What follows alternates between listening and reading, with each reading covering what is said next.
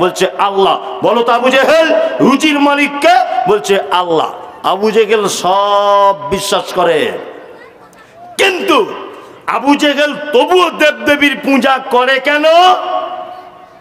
আবু জেহেলের এটা বিশ্বাস, আল্লাহকে ডাইরেক্ট তার মনোভূত হওয়া যাবে না, ঠাকুরের মাধ্যমে আল্লাহর কাছে যেতে হবে। মক্কার মুশরিক আর বর্তমান মুশরিকের দুটো একটা মাত্র জায়গা ডিফারেন্স, সেটা হচ্ছে এই যে তখনকার দিনে যারা মুশরিক ছিল তারা মাটির তৈরি করা দেবদেবী সেইটাকে মাটির উপরে রেখে দিয়ে তার পূজা করত। আর বর্তমানে কিছু আছে তারা মৃত মানুষকে কবরের ভিতরে রেখে আল্লাহর নিকটে পৌঁছাতে চায়। এ লোক আছে না নেই? আছে। हकीकत छुप नहीं सकती, बनावट की उसूल से कभी खुशबू नहीं आ सकती, कागज की फूलों से देव देवीर पूजा इस्लामे निषिद्ध। আল্লাহ তাআলা বলছেন আল আনসাব ওয়াল আজলাম, গণকের কাছে যাওয়া হারাম। ভালো মন্দ জানার জন্য গণকের কাছে যাওয়া কি হারাম? আল্লাহ তাআলা বলছে রিজিসুম মিন আমালিশ শাইতান, নিশ্চয় এই চারটে কাজ শয়তানের কাজ। কটা কাজ? কিসের কাজ? শয়তানের কাজ। তাহলে একটা পরীক্ষা করা গেল, তাহলে আবার পরীক্ষা করছি, তাহলে বিড়ি সিগারেট জর্দা গুল তামাক ছাড়া যাবে না, তাই তো? জনমের খাওয়া খান জি। দই জুয়ো লটারি ছাড়া যাবে?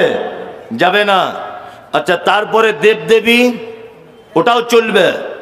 4 ভাগ্যের ভালো মন্দ জানতে যাওয়া ওটাও চলবে। আল্লাহ তাআলা বলছে রিজসুম মিন আমালিশ শয়তান, নিশ্চয় এই চারটে কাজ শয়তানের কাজ। কি বললাম বুঝলেন না? কিসের কাজ? শয়তানের কাজ। চলুন এবার কোরআনের আয়াত একটা একটা করে বলা যাক। আবার আমি একটা একটা করে আয়াত বলবো, তার ব্যাখ্যা করব, কারণ আমি এমনিতে একটু বিতর্কিত লোক, উল্টো পাল্টা বললে ঝামেলা লেগে যাবে। ওই জন্য আমি শুধু কোরআন বলবো আর তার বাংলা বলবো। এখন এতেও যদি কেউ কারো কিছু হয়ে যায় আমার কিছু করার নাই। কি বললাম বুঝলেন না? আমি কোরআন বলছি, তার বাংলা বলছি। আল্লাহ তাআলা এবার বলছেন ওয়াইলুল লিকুল্লি হুমাযাতিল লুমাযা। আল্লাহু আকবার। আল্লাহ ডাইরেক্ট জাহান্নাম ঘোষণা করছেন। বলুন। যে জায়গাটা জালসা হচ্ছে, জায়গাটা মসজিদ কমিটির লোক কিনেছে, এটার ব্যাপারেই জালসাটা। এটা আদায়টা পুরো অফ হয়েছে, এটা কিছু কালেকশন আপনাকে করতে হবে। না, ওটা টেবিলে চলছে ওটা। আর একটা বড় মোবাইল হারিয়েছে এখান থেকে। দুটো কথা ক্লিয়ার। আচ্ছা আচ্ছা, 75 লাখ টাকা বাকি আছে। মাশাআল্লাহ, শুকরিয়া। আমি আপনাদেরকে অনেকক্ষণ যাবৎ কথাবার্তা বললাম। আর দুটি বিশেষ ঘোষণা। একটা বড় মোবাইল কার হারিয়ে গেছে, তবে এরকম ইমানদার লোক খুঁজে পাওয়া মুশকিল যে ফেরত দেবে। তবুও যদি কেউ আল্লাহর বান্দা থাকেন তাহলে দিয়ে যান। এই জায়গাটা ইসলামিক জায়গায় এসে আপনি একটা মোবাইল যদি পেয়ে থাকেন, অবশ্যই সে বেচারা বড় বিপদে পড়বে, অনেক দরকারি জিনিস আছে, আপনি দিয়ে পাঠান। নাম্বার 2, এই যে জায়গাটা এটা ক্রয় করা হচ্ছে, তাই তো? অনেক টাকা ব্যয়বহুল ব্যাপার, মসজিদের জন্যই কেনা হচ্ছে। জি জি জি। ওই যে ওখানে টেবিল বসে আছে, আশেপাশে আরও আছে, আপনারা দানের ধারাবাহিকতা বজায় রাখুন। আর আমি বক্তব্যই দিচ্ছি, আমিও কিছু আদায় করে দিব। আমার টাইম কতক্ষণ সেটা বলুন? 11টা পর্যন্ত, তাই তো?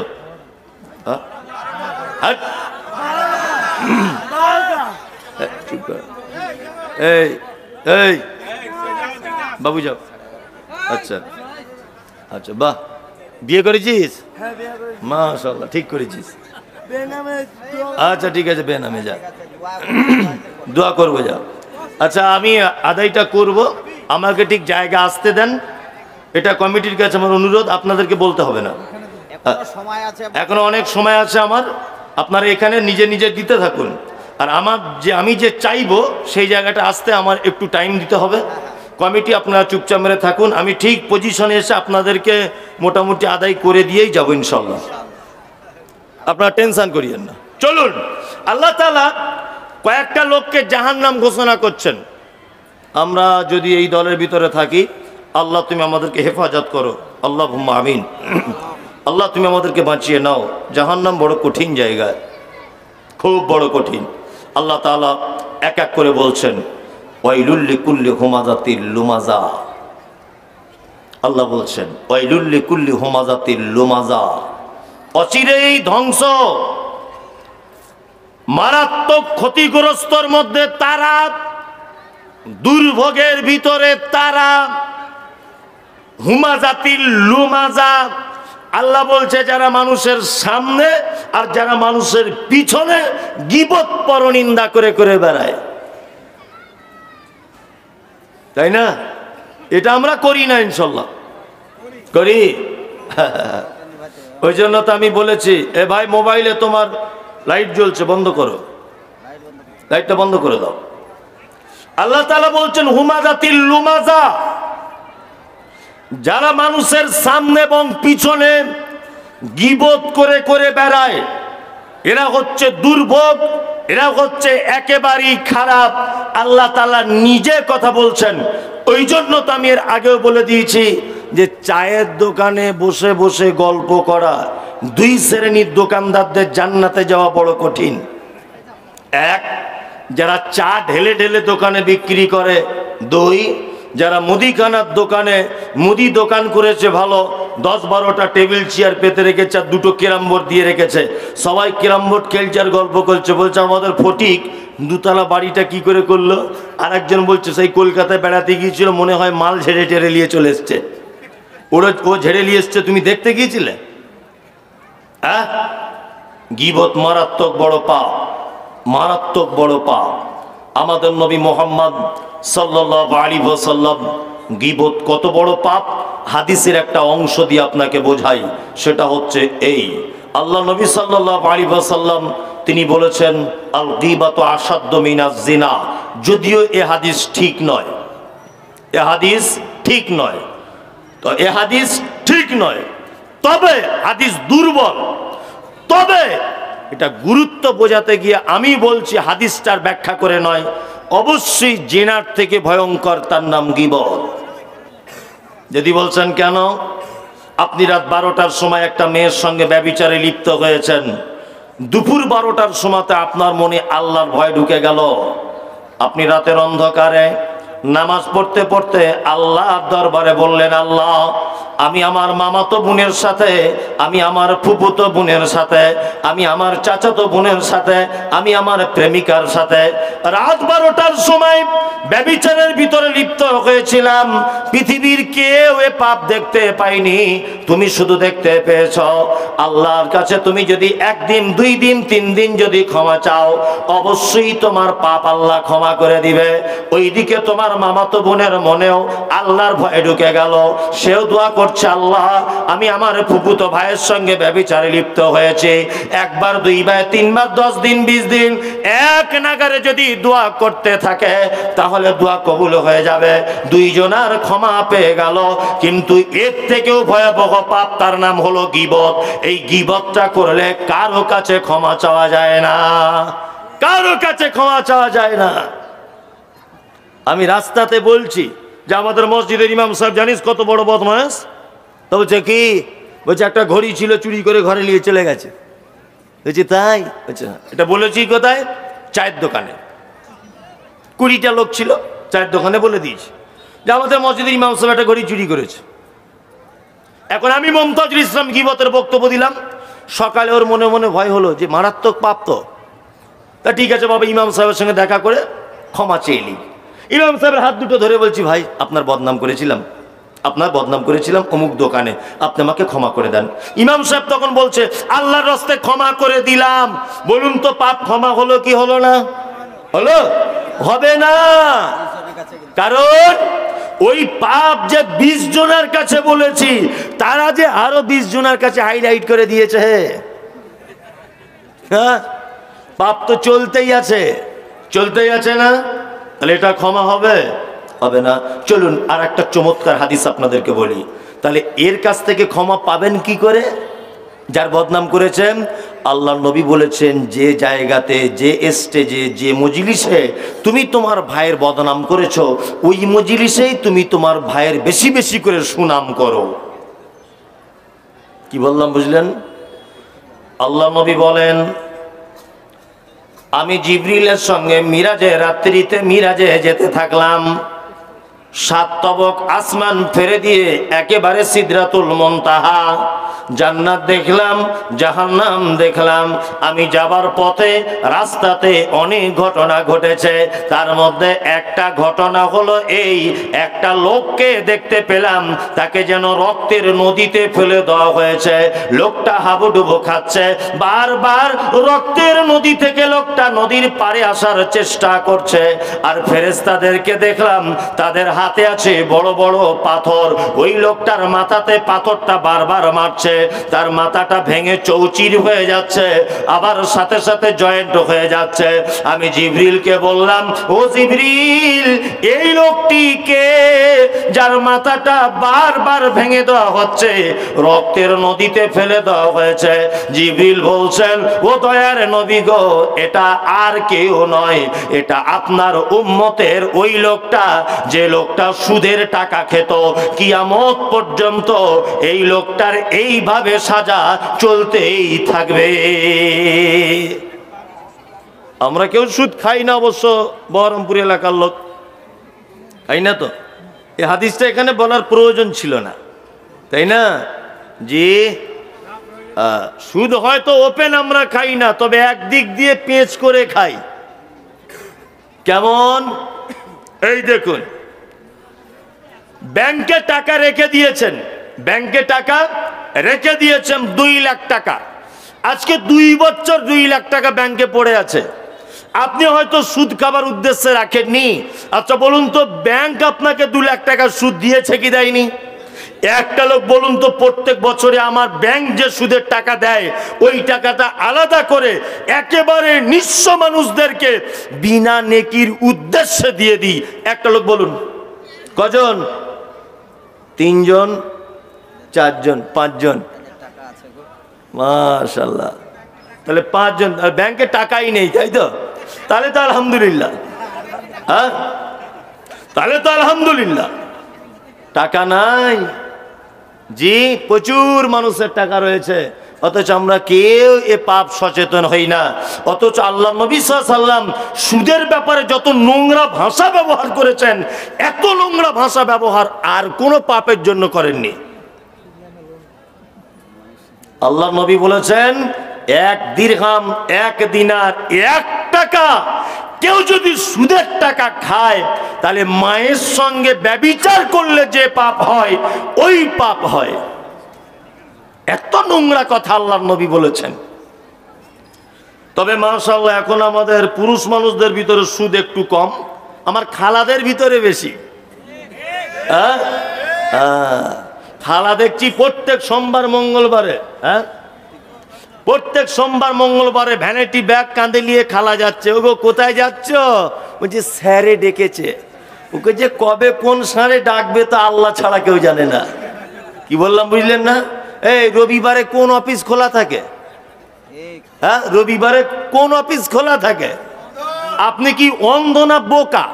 আপনার মেয়ে বলছে আজকে প্রাইভেট, আজকে স্কুল আছে মা, তা বলছে সকাল সকাল যা। তা রবিবার সেদিন ওর মায়ের হুঁশ নাই? রবিবার সরকারি স্কুল ছুটি থাকে, সব অফিস আদালত রবিবারে ছুটি থাকে, ওর মায়ের হুঁশ নাই? ও জানে না যে ওর বেটি কোন স্কুলে যাচ্ছে? হ্যাঁ, এটা হুঁশ করা দরকার। এ পুরুষ মানুষ পায়ের উপরে পা তুলে দিয়ে বসে আছে, আর বউ যাচ্ছে বন্ধনে লোন করতে। পাগল কোথাকারে! তোমার মতো ভেড়ার জগতে কেউ আছে? আল্লাহ নবী সাল্লাল্লাহু আলাইহি ওয়াসাল্লাম কি বলেছেন? আল্লাহ নবী বলেছেন, ইয়া মাশারাস শাবাব মান ইসতাতা মিনকুমুল বাপ ফালিয়াতাজাওয়াজ। এই যুবক, এই বিয়ে যদি করতে চাও, ক্ষমতা থাকলে বিয়ে করো। ইমাম নববী ক্ষমতা বুঝিয়েছেন 4টে ব্যাখ্যা দিয়ে। 1, শারীরিক ক্ষমতা থাকতে হবে। 2, প্রশস্ত বাড়ি থাকতে হবে। 3, ইনকামের রাস্তা ভালো থাকতে হবে। 4, আঙুল যেদিকে ঘুরবে তোমার বউ সেদিকে ঘুরবে। এই ক্ষমতা থাকলে তুমি বিবাহ করো। তোমাকে লোন করার জন্য ইসলাম বিবাহের পারমিশন দেয়নি। মহিলা তোমাকে 4টে গুণ, 4টে দায়িত্ব ইসলাম তোমাকে দিয়েছে। 4টে মাত্র দায়িত্ব ইসলাম তোমাকে দিয়েছে। এক, তুমি তোমার শরীর দিয়ে যেমন ইচ্ছা তোমার স্বামীকে তুমি তৃপ্তি সহকারে রাখো। 2, তোমার স্বামীর সন্তান লালন পালন করো। 3, তোমার স্বামী যখন বাড়িতে থাকবে না তার মাল সম্পদকে তুমি আমানত সহকারে আটকে রাখো। 4, তোমার স্বামীর অনুপস্থিতিতে তোমার সঙ্গে বিয়ে করা হারাম এই রকম লোক আসতে পারে তোমার বাড়িতে, বিয়ে করা জায়েজ রয়েছে এরকম কোন পুরুষ তোমার বাড়িতে ঢুকতে দিও না। এই 4টে কাজ স্ত্রী হিসাবে তোমাকে দায়িত্ব গ্রহণ করতে হবে। স্বামী বাড়িতে নাই, আপন মামা যদি আসতে চায় কোনো অসুবিধা নাই, আপন ভাইয়ের বেটা যদি ঢুকতে চায় কোনো অসুবিধা নাই, আপন বোনের বেটা যদি আসতে চায় কোনো অসুবিধা নাই, আপন মামা যদি আসতে চায় কোনো অসুবিধা নাই, আপন চাচা যদি আসতে চায় কোনো অসুবিধা নাই, আপন নিজের ভাই যদি আসতে চায় কোনো অসুবিধা নাই। পাতানো মামা, পাতানো খালু, পাতানো দুলা ভাই চলবে না, ও তোমার সর্বনাশ করে দিয়ে পালাবে।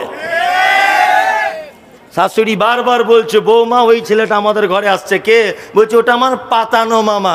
তোমার পাতানো মামার 12টা বাজাতে এসেছি, বদমাইশির জায়গা পাও না। পাতানো মামা। আরে পালিত পুত্রের সঙ্গে পর্দা রয়েছে, পালিত পুত্রের সঙ্গে পর্দা আছে ইসলামে। আমি একটা ছেলে লালন পালন করেছি, দুধের বাচ্চা, তার মা মারা গেছে, তাকে আমি মানুষ করেছি, আমি আমার স্ত্রী। ছেলেটা যেদিনে যৌবনে পদার্পণ করেছে আমার স্ত্রী আর ওর সামনে যেতে পারবে না। পালিত পুত্রের সঙ্গে ইসলামে পর্দা রয়েছে, আর এ বলছে আমার পাতানো খালু হয়। বদমাশির জায়গা পাও না। মায়েরা যারা আছেন, আপনার স্বামীকে আপনার দায়িত্ব দেওয়া হয়েছে, সে যে মানের খাবে আপনাকে সে মানের খাওয়াবে, সে যে মানের পোশাক পরবে আপনাকে সেই মানের পোশাক পরাবে, সে যে মানের বাড়িতে বসবাস করবে আপনি সে মানের বাড়িতে বসবাস করবেন। এর নাম হচ্ছে স্বামী, এর নাম স্ত্রী। বিকল্প কোনো রাস্তাঘাট নেই। যারা লোন করেছেন একান্তভাবে আপনি লোন শোধ করে দেন। আপনার কাছে বোন বিনীত অনুরোধ, আপনি হারাম পথ ও পদ্ধতি থেকে দূরে আসুন। গত 1 মাস আগে এক জায়গায় এই বক্তব্যটা রাখছি মেয়েদের লোনের ব্যাপারে। তো একটা মেয়ে আমাকে চিঠি করে বলছে, হুজুর গাড়িটা ছেড়ে যাবার আগে আমাকে 20,000 টাকা ধার দিয়ে যাবেন। মহা বিপদ। আমাকে বলছে লোন যখন করা যাবে না 20,000 টাকা ধার দিবেন। কি চালাক, তোমায় ধার দিয়ে আমি বিপদে পড়ি। লোনের ব্যবসা এত রমরম করে চলছে কেন? তার 2টো কারণ। এক, আপনার ইনকামের থেকে আপনার চাহিদাটা বড়। কি বললাম বুঝলেন না? ইনকামের থেকে চাহিদা বেশি হয়েছে। আর একটা জিনিস কি, আর একটা জিনিস হচ্ছে এই, এখন মানুষ ধার চাইলে আর কেউ দেয় না। কেন দিবে? মুদিখানার দোকানদারকে দেখবেন পাছা চুলকে চুলকে পাচড়া ঘা হয়ে গেছে। দোকানদারকে জিজ্ঞেস করবেন 750 টাকা বাকি করেছে, তা 3 দিন চেয়েছে, ফটিক ভাই টাকাটা দাও না। তা খুব মান সম্মানে লেগেছে, তার তো দোকানে আর আসবই না, ঘোড়ার ডিম যা। ক্যাশ টাকায় অন্য দোকান থেকে মাল কিনে ওর দোকানের সামনে দিয়ে যাচ্ছে। এটা আমাদের চরিত্র নয়? হ্যাঁ হ্যাঁ, ধার খেয়েছে 750 টাকা চেয়েছে বলে 800 টাকার ওই দোকান থেকে মাল কিনে ওর সামনে দিয়ে দেখিয়ে দেখিয়ে যাচ্ছে, দেখ ধার দেয় কি না দেয় কেউ আমাকে। কি লাভ তুমি করলে? ওই 750 টাকাতে একে জমা দিয়ে আবার ধার পেত না। এই জন্য রম করে বাজারটা বাড়ছে সুদের। ধার আর কেউ দেয় না, আপনার আমানতদারিতা নেই। তাই জি বিশ্বনবী বললেন, সুদখোরকে দেখলাম নদীর পানিতে ফেলে দেওয়া হয়েছে। আর একটু আগিয়ে গেলাম, আর একটা লোককে দেখতে পেলাম যে লোকটার হাতের নখগুলো তামা দিয়ে তৈরি করা আছে।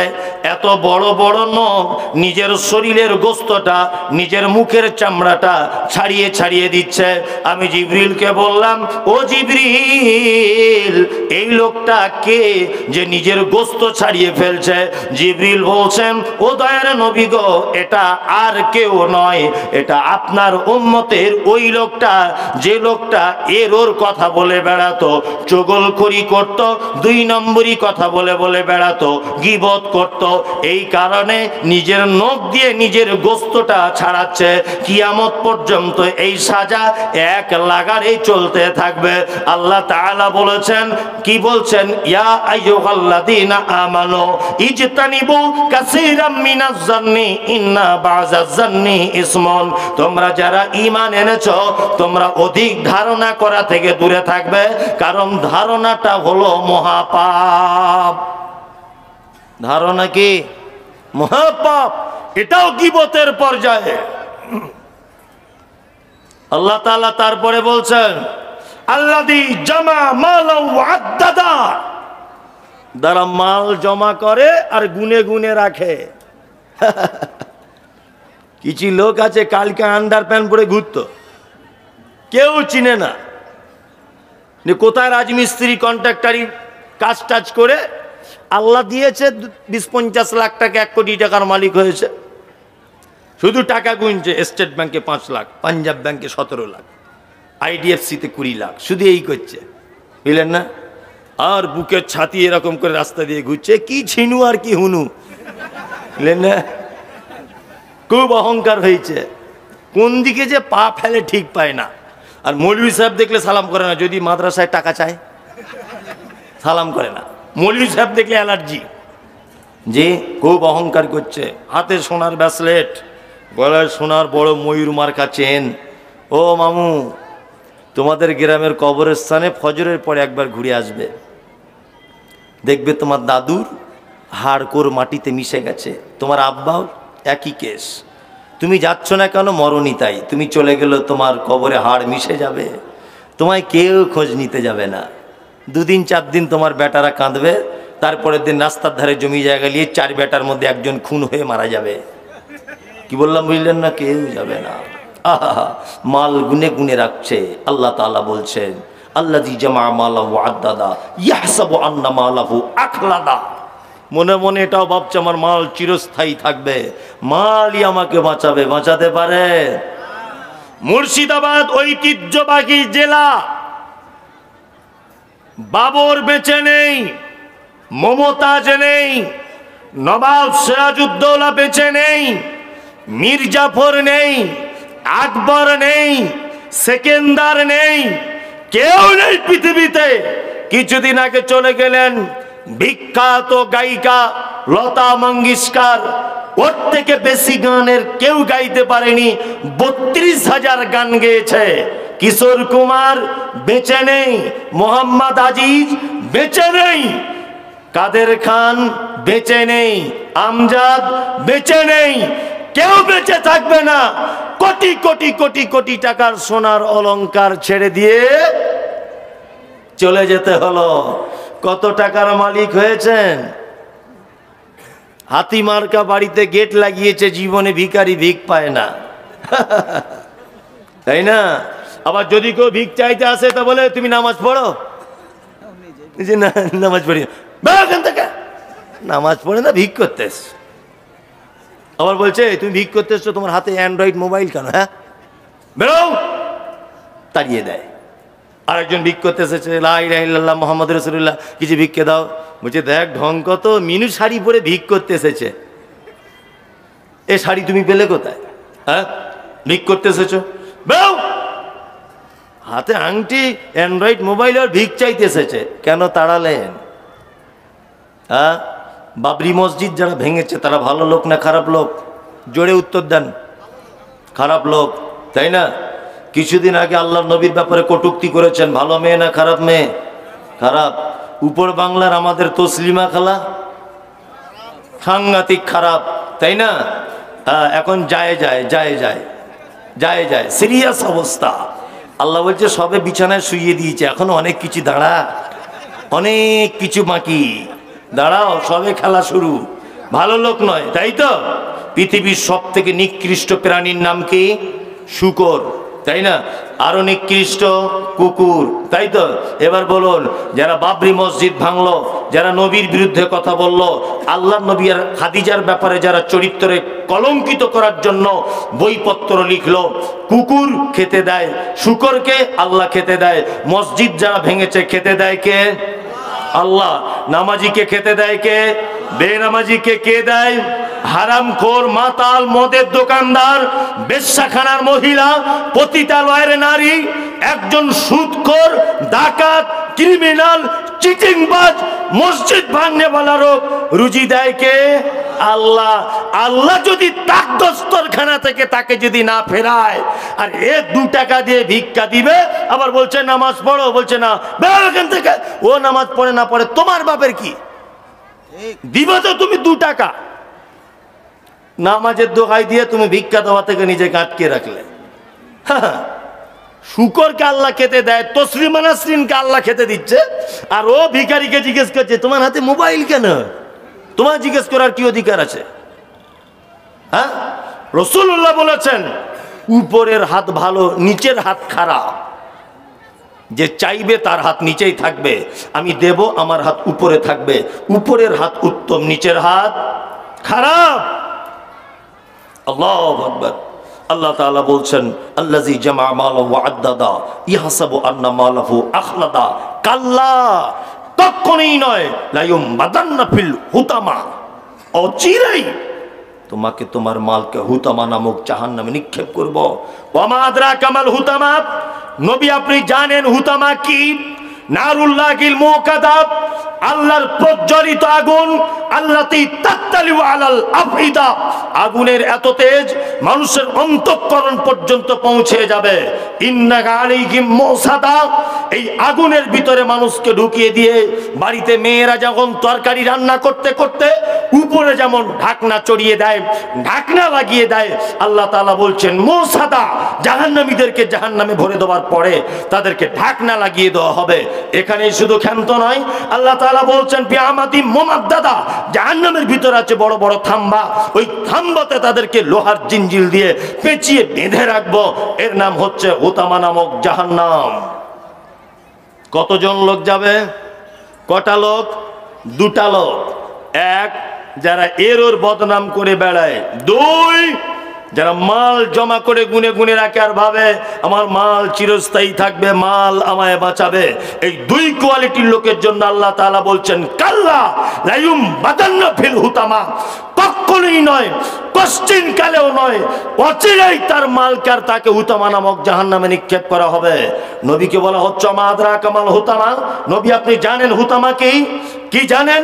আল্লাহ নিজে জবাব দিচ্ছেন হুতামা নারুল্লাহিল মুকাদা, এটা প্রজ্বলিত আগুন, আল্লাতী তাত্তালিউ আলাল আফিদা, আগুনের এত তীব্রতা অন্তঃকরণ পর্যন্ত পৌঁছে যাবে।